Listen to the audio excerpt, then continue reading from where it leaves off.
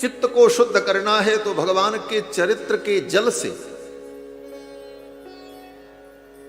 इस चित्त को धो, इसको धुलो। रघुबर भगति बारी छालित चित, गोस्वामी तुलसीदास जी कहते हैं कि रघुबर भगति बारी छालित चित, बिन प्रयास ही सूझे तुलसीदास कह चिद बिलास जग बूझत बूझत बूझ। भगवान के चरित्र से, भगवान की भक्ति से जब हमारा हृदय धुल जाता है, क्षालित हो जाता है, तब चित्त में भगवान के स्वरूप का दर्शन हो। इसलिए अंतःकरण को पवित्र करने के लिए, अंतःकरण को शुद्ध करने के लिए भगवान के चरित्र को श्रवण करना चाहिए। भागवत के महात्म्य में भी वेदव्यास जी कहते हैं कि भगवान की कथा के अतिरिक्त मन को पवित्र करने वाला दूसरा कोई साधन नहीं। एतस्माद् अपरम किंचन मनः शुद्ध्यै न विद्यते। एतस्माद् अपरम, भगवत चरित्र को छोड़कर, भगवान के चरित्र को छोड़कर मन को शुद्ध करने के लिए दूसरा कोई साधन नहीं। मन कैसे शुद्ध करें? किस साधन से मन को शुद्ध करें? तन को शुद्ध करने के तो बहुत साधन हैं। गंगा में स्नान करो, जमुना में स्नान करो, सरयू में स्नान करो, मानसरोवर में जाकर के स्नान करो, तन शुद्ध करो। लेकिन मन को कैसे शुद्ध करें? मन की शुद्धि कैसे? क्योंकि मन की शुद्धि ही सारी शुद्धि में महत्वपूर्ण है। सब शुद्ध हो लेकिन मन ही शुद्ध ना हो, सब बेकार। जैसे कोई घड़ा हो, घड़ा बाहर से बहुत सुंदर हो, खूब माज धो करके उसे साफ कर दो। कोई घड़ा बाहर से बहुत चमक रहा है, शुद्ध है, लेकिन भीतर में गंदगी रखी, तो बाहर की चमक उसकी बेकार है, उसका कोई मतलब नहीं। उसी प्रकार ये शरीर घट है। कहते हैं ना, घट घट में परमात्मा बसा है। ये शरीर ही तो घट है। बाहर से तो इसको हमने बहुत शुद्ध कर लिया, सजा लिया, संवार लिया, लेकिन भीतर में अगर गंदगी रह गई, मन की शुद्धि नहीं हुई, तो ये बाहर की शुद्धि थोड़ी देर के लिए किसी को आकृष्ट करेगी, लेकिन जहां उसे पता चलेगा कि इसके अंदर तो गंदगी भरी है, फिर वो बाहर की शुद्धि नहीं दिखेगी, फिर तो ध्यान गंदगी पर ही जाएगा, अरे इससे दूर हटो। अंतःकरण की शुद्धि अपेक्षित है। मन की शुद्धि आवश्यक है, और बिना मन की शुद्धि भये जीव का कल्याण नहीं हो सकता। भागवत के महात्म्य में वेदव्यास जी ने कहा, भगवान की कथा के अतिरिक्त मन को शुद्ध करने वाला दूसरा कोई साधन नहीं है। और वाल्मीकि रामायण के महात्म्य में वेदव्यास जी ने कहा, मनः शुद्धि विहीनानाम निष्कृतिश्च कथम भवेत्। मन की शुद्धि जब तक नहीं होगी जीव की, तब तक उसकी निष्कृति नहीं हो सकती। और मन की शुद्धि के लिए एक ही उपाय है, हम भगवान के चरित्र को सुने, भगवान की कथा को सुने। भगवान के चरित्र को सुनने से हमारा मन शुद्ध होता है। इसीलिए भगवान के चरित्र श्रवण में अपने मन को लगाना चाहिए। मन न लगे फिर भी जबरदस्ती मन को लगाना चाहिए, बैठना चाहिए। और मन जब हमारा भगवान के चरित्र में लगता है, तभी मन शुद्ध होता है। इसीलिए बड़े बड़े ऋषि मुनि, महात्मा, अमलात्मा, विमलात्मा लोग भी भगवान की कथा श्रवण करते हैं। प्रायेण मुनयो राजन निवृत्ता विधिषेधतः नैर्गुण्यस्था रमन्ते स्म गुणानुकथने हरे। व्यास भगवान कहते हैं कि बड़े बड़े महापुरुष ज्ञानी ये भी भगवान की कथा में रमण करते हैं। और गोस्वामी जी महाराज इसी भाव को कहते हैं कि जीवन मुक्त जो महापुरुष हैं वह भी भगवान की कथा में रमण करते हैं और आनंद लेते हैं। जीवन मुक्ति महामुनि जेऊ, जीवन मुक्ति महा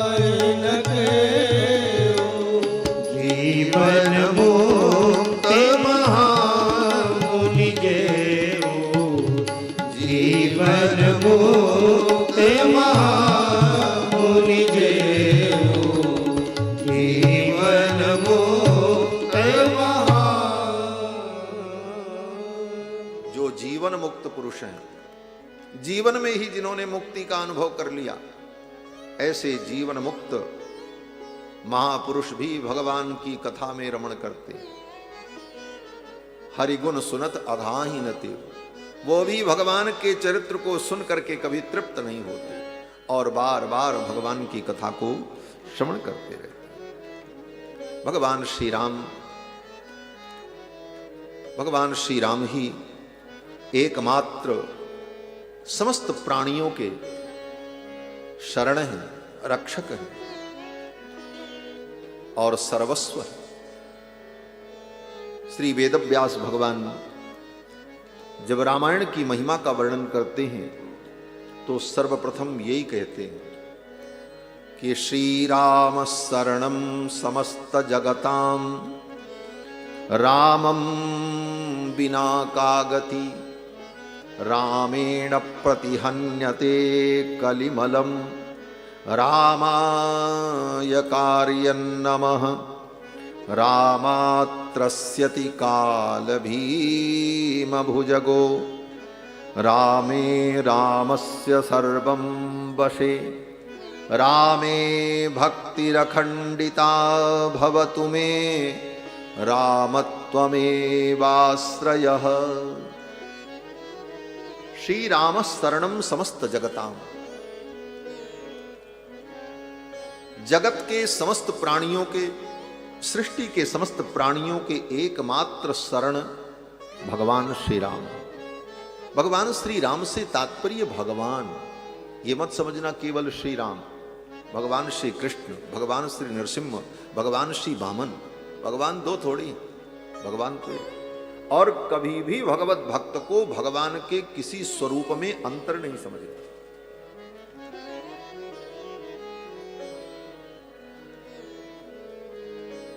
भगवान के किसी स्वरूप में ये छोटा है, ये बड़ा है, ये भाव नहीं होना चाहिए। भगवान के सभी रूप, सभी अवतार दिव्य, नित्य, पूर्ण और समस्त प्राणियों के कल्याण के मूल है। हाँ, ये बात जरूर है, आपको जो रूप ज्यादा प्रिय लगे उस रूप में अधिक मन लगाओ, कोई रोकता थोड़ी। लेकिन ये बहस हो कि नहीं नहीं भगवान तो यही है, ये भगवान नहीं, बोले तुम्हारी बुद्धि खराब हो गई। भगवान के सभी रूपों में समान भाव, उपासना एक विशेष रूप की आपको जो प्रिय हो उसमें करो, वो अच्छी बात है। इसीलिए भक्तों ने यही सिद्धांत स्थापित किया। श्री गोस्वामी तुलसीदास जी महाराज श्री वृंदावन धाम आए। श्री गोस्वामी तुलसीदास जी ने कृष्ण गीतावली में और भी अनेक ग्रंथों में उन्होंने भगवान के बहुत सारे, कृष्ण भगवान के पावन चरित्र का वर्णन किया। रामायण में भी भगवान श्री कृष्ण के अवतार की भूमिका बताई रामचरितमानस में कि जब जदुवंश कृष्ण अवतारा हुई हैं हरण महामहिभारा, कृष्ण तनय हुई हैं पति तोरा, भगवान शंकर के द्वारा कहलवाया। अब निष्ठा उनको राम रूप में ज्यादा, वो रूप भगवान का अत्यंत प्रिय। गोस्वामी जी कहते हैं ब्रज में आए तो भगवान से कहा ठाकुर आप बड़े अच्छे हो, लेकिन वो धनुष बाण वाला रूप हमको ज्यादा अच्छा लगता है। आपकी छवि बहुत अच्छी है बिहारी जी, लेकिन हमको वो रूप अच्छा लगता है, जरा उस रूप में दर्शन दो। तो भक्त वत्सल भगवान श्री बांके बिहारी धनुषधारी हो गए और उनको दर्शन दिया उस रूप में। आज भी हम लोग अनुभव करते हैं कि धनुष बाण धारण कर लिया बिहारी जी। और यही स्थिति हमारे अयोध्या में हुई। श्री बिल्व मंगल जी महाराज भगवान के परम भक्त कृष्णोपासक श्री अवध धाम में पधारे और श्री कनक भवन बिहारी जी का जब दर्शन करने गए बड़े प्रसन्न हुए, साष्टांग प्रणिपात किया, भगवान के दिव्य रूप का अनुभव किया और कहा रघुनाथ जी राजाधिराज पट्टाभिराम आपका ये रूप बहुत अच्छा है, लेकिन हमको तो वृंदावन वाला रूप अच्छा लगता है। तो अयोध्या के रघुनाथ जी बंसी धारण करके कृष्ण रूप में दर्शन दिए। ये भक्ति है। भगवान के सभी रूप दिव्य और नित्य और मंगलमय। चाहे वैकुंठ में विराजमान भगवान अष्टभुज भूमा पुरुष हो, वैकुंठ में जो भगवान भूमा पुरुष हैं, उनका जो वर्णन है वेदों में, वो अष्टभुज भगवान, 8 भुजाएं भगवान, पंचायुधी बिभ्रता, 5 आयुध को धारण करने वाले, शारंग धनुष, सुदर्शन चक्र, पांचजन्य शंख, कौमोदकी गदा और नंदक नाम का खड्ग, इन 5 प्रकार के आयुध को धारण करने वाले, और एक हाथ में कमल पुष्प, 6 भुजाएं, और एक भुजा से शेष पर्यंक का स्पर्श करते हुए और दूसरी भुजा से भक्तों को आशीर्वाद देते, अष्टभुज वैकुंठनाथ भगवान, भूमा पुरुष, वो भी भगवान हमारे ही। क्षीर सागर में जब वही भगवान विराजमान है, जहां से सारे अवतार होते हैं, व्यास जी महाराज कहते हैं एतन नानावताराणाम निधानम बीजम अव्ययम, वो भी भगवान वही, लेकिन वहां आने पर उनकी 4 भुजाएं कम हो गई, चतुर्भुज हो गए, अष्टभुज से चतुर्भुज, वो भी भगवान अपने ही हैं। और वही भगवान जब अयोध्या में और वृंदावन में प्रकट हुए तो 2 भुजाएं और घट गईं। अब कितने हो गए? बोले 2 ही भुजा के, 8 से 4, 4 से 2। और वही भगवान जब जगन्नाथपुरी में बिचारे विराजे तो 2 जो थी वो भी आधी हो गई महाराज, ऐसे ही हो गए जगदीश भगवान, आधी भुजा के जगन्नाथ भगवान। और वही भगवान जब गंडकी नदी में शालिग्राम बने तो भुजा भी गायब हो गई, फिर तो गोल मटोल शालिग्राम हो गए, शालिग्राम भगवान, बिना भुजा के भगवान। तो चाहे अष्टभुज हो, चाहे चतुर्भुज हो, चाहे द्विभुज हो, चाहे अर्धभुज हो, चाहे अभुज हो, भगवान तो सब अपने, भगवान के सभी रूपों में समान भाव, यही भक्ति का स्वरूप है। इसलिए कहीं भी कथा सुनो, आप कृष्ण भगवान के प्रेमी हो तो राम जी की कथा सुनो तो यही समझो मेरे राम कृष्ण भगवान ही राम बन करके लीला कर रहे हैं। राम जी के भक्त जब भागवत सुनते हैं तो यही भाव होता है, कृष्ण का जहां नाम आया वो नाम किसका है? बोले रघुनाथ जी का ही, कोई अंतर नहीं। और कभी अंतर समझना नहीं, समझोगे तो भागवतापचार हो जाएगा, भगवत अपचार हो जाएगा। तो व्यास जी भगवान कहते हैं श्री राम शरणम समस्त जगताम, भगवान श्री राम ही समस्त प्राणियों के एकमात्र शरण है। शरण माने रक्षक, शरणम गृह रक्षत्रो, रक्षक तो भगवान ही, दूसरा कोई रक्षक नहीं। इसीलिए शरणागति के सिद्धांत में आचार्यों ने कहा कि रक्षक तो केवल भगवान को ही मानना चाहिए। अगर हम किसी अन्य को अपना रक्षक मानते हैं बोले तो तुम्हारी शरणागति निष्फल हो जाएगी। शरणागति के 6 लक्षण जो कहे आचार्यों ने, आनुकूल्यस्य संकल्पः, प्रातिकूल्यस्य वर्जनम, रक्षिष्यतीति विश्वासो, गोप्तृत्व वर्णम तथा आत्मनिक्षेप कार्पण्ये षड्विधा शरणागति। शरणागति के जो 6 लक्षण कहे, उन 6 लक्षणों में चौथा लक्षण जो कहा, उस चौथे लक्षण को कहते हैं गोप्तृत्व वर्णम तथा। गोप्तृत्व वर्णम तथा का मतलब है कि रक्षक के रूप में भगवान का ही वर्ण करना। रक्षक तो भगवान ही है, दूसरा कोई नहीं। गोप्तृत्व वर्ण, गुपु रक्षणे धातु है व्याकरण में, तो गोप्तृत्व का मतलब होता है रक्षकत्व, जिसके अंदर विद्यमान हो। ऐसे रक्षक का वर्ण, भगवान ही रक्षक है, दूसरा कोई रक्षक नहीं। और दूसरे को रक्षक माने बोले धोखा हो जाएगा, समय पर वो तुम्हारी रक्षा नहीं करेगा। एक उदाहरण द्रौपदी का देख लेना।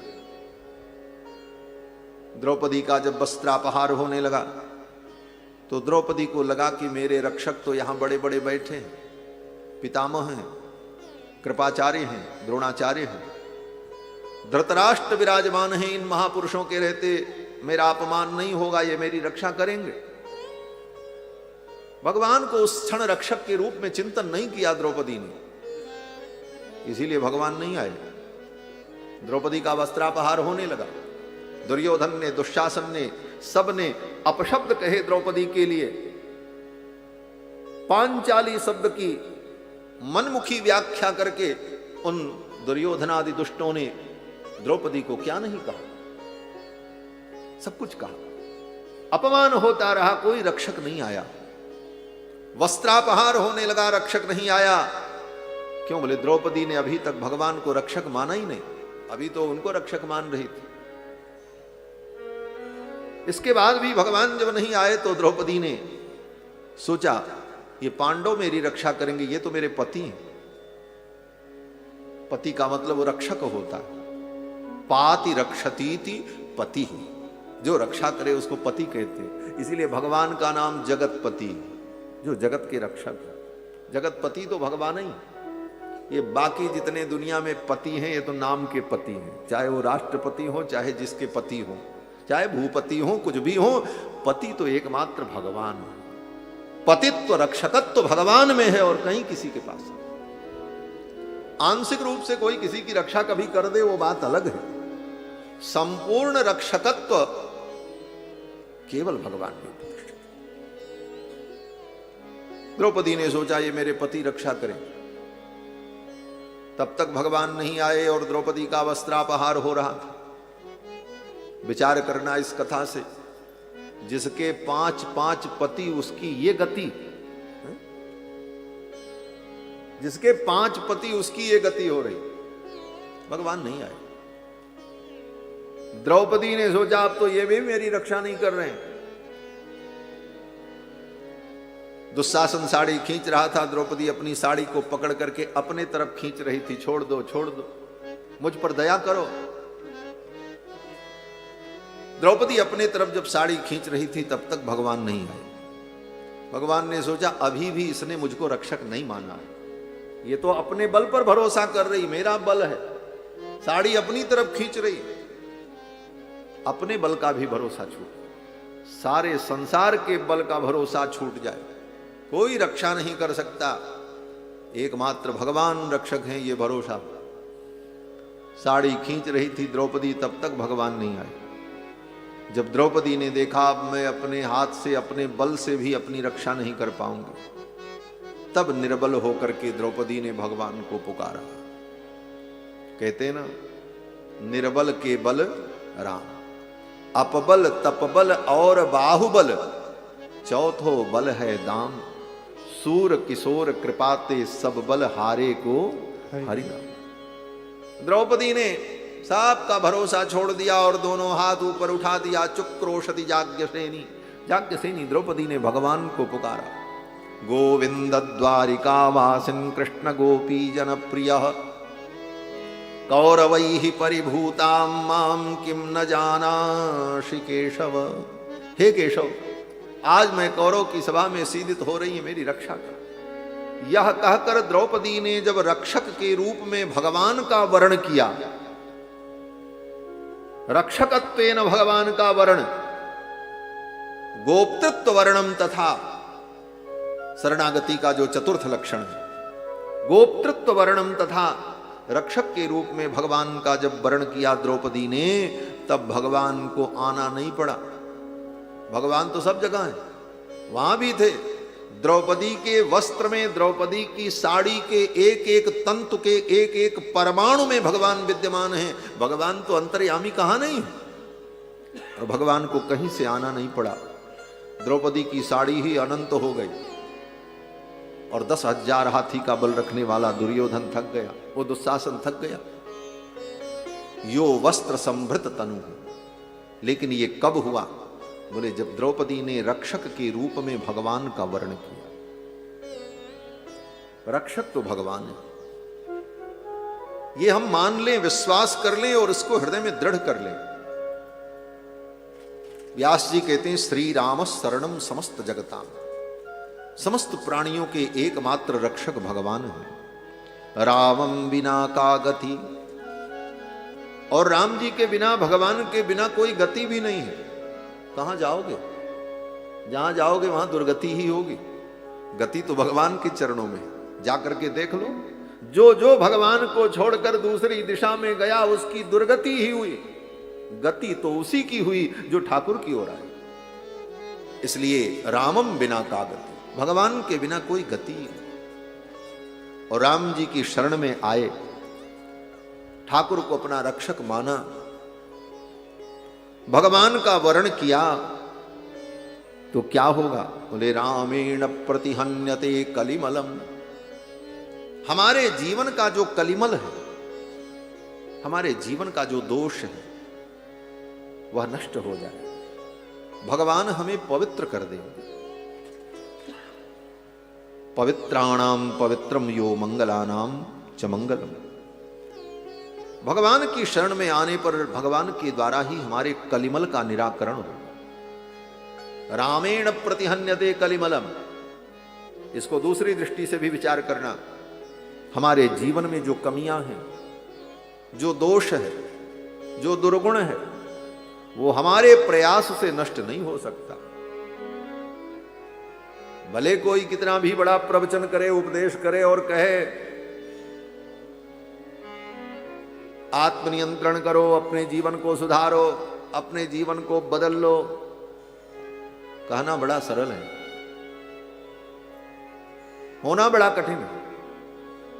अपने जीवन के, अपने दुर्गुणों को, अपने दोषों को हम अपने प्रयास से समाप्त नहीं कर सकते, क्योंकि ये दोष अनंत अनंत जन्मों से हमारे साथ लगे हैं। ये मेरे स्वभाव में आ गए।